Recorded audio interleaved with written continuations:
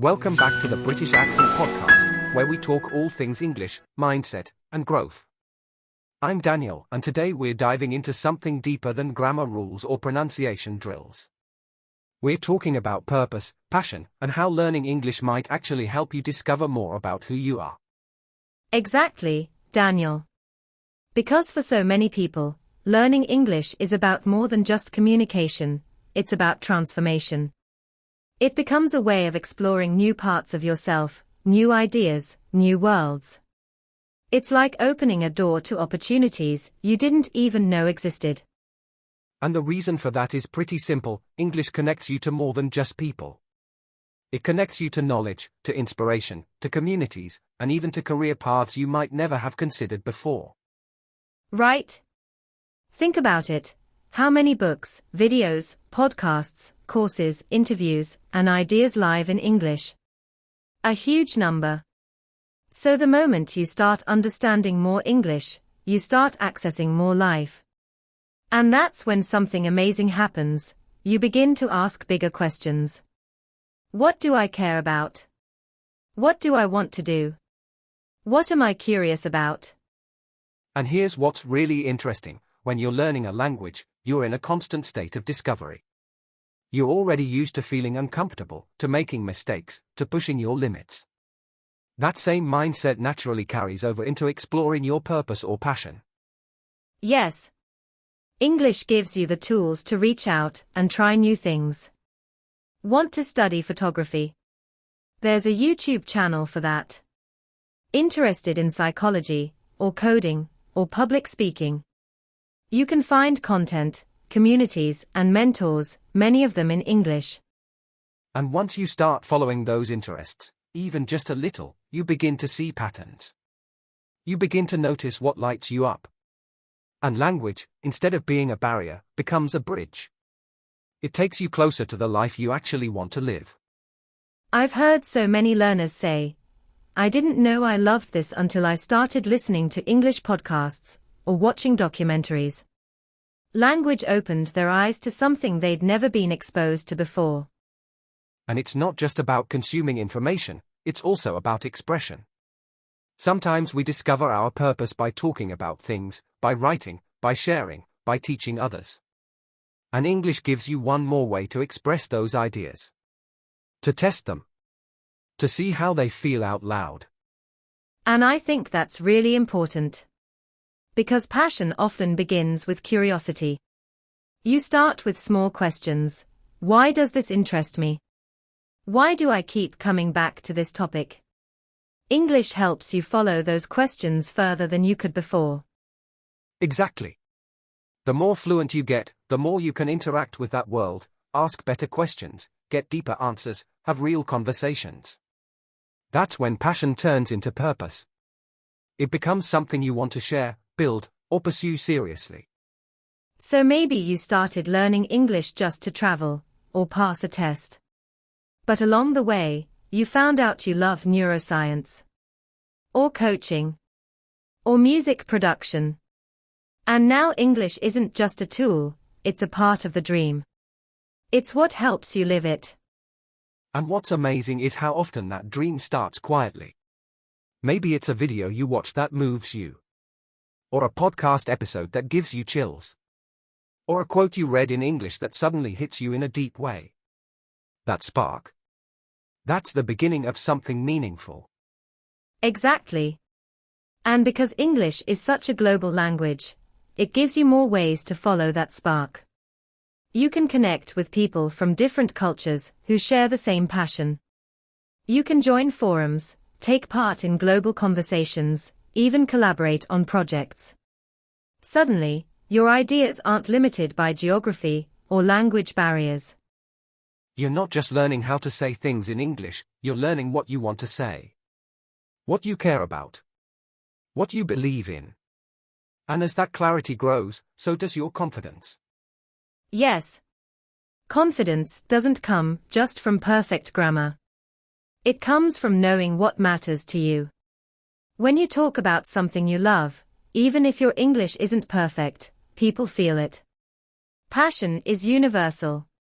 It cuts through accent, hesitation, or vocabulary gaps. And maybe, at first, you feel nervous or shy.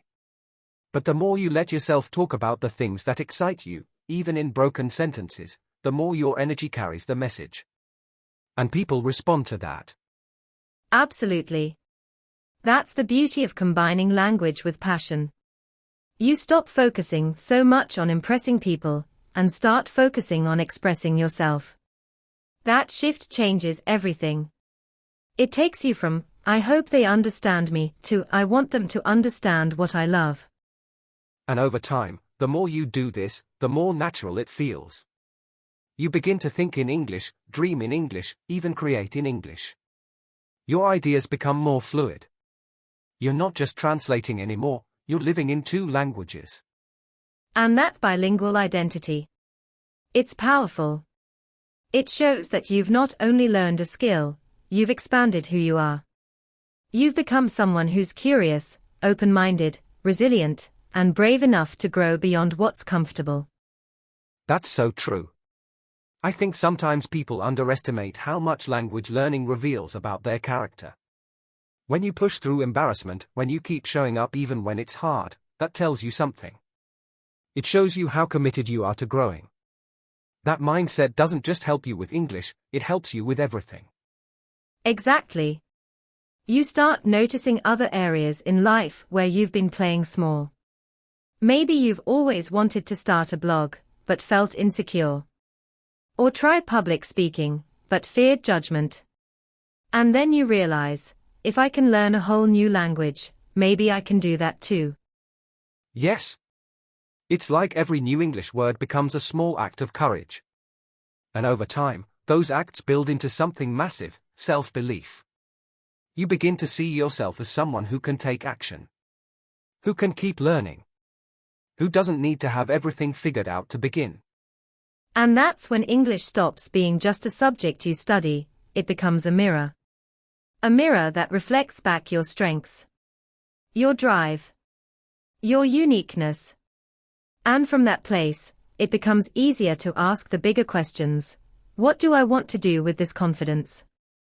What impact do I want to make? Some learners even discover their career through English. Like maybe you love explaining grammar to others and realize you want to teach. Or you fall in love with storytelling and start writing your own short stories or scripts. Or you watch hours of science documentaries and think, this is what I want to pursue. Yes. And because English gives you access to such a huge world of content, you're not stuck with just what's around you. You can explore what the world is talking about, what experts are sharing, what creators are building. You get to choose the future that inspires you, not just accept the one that's expected.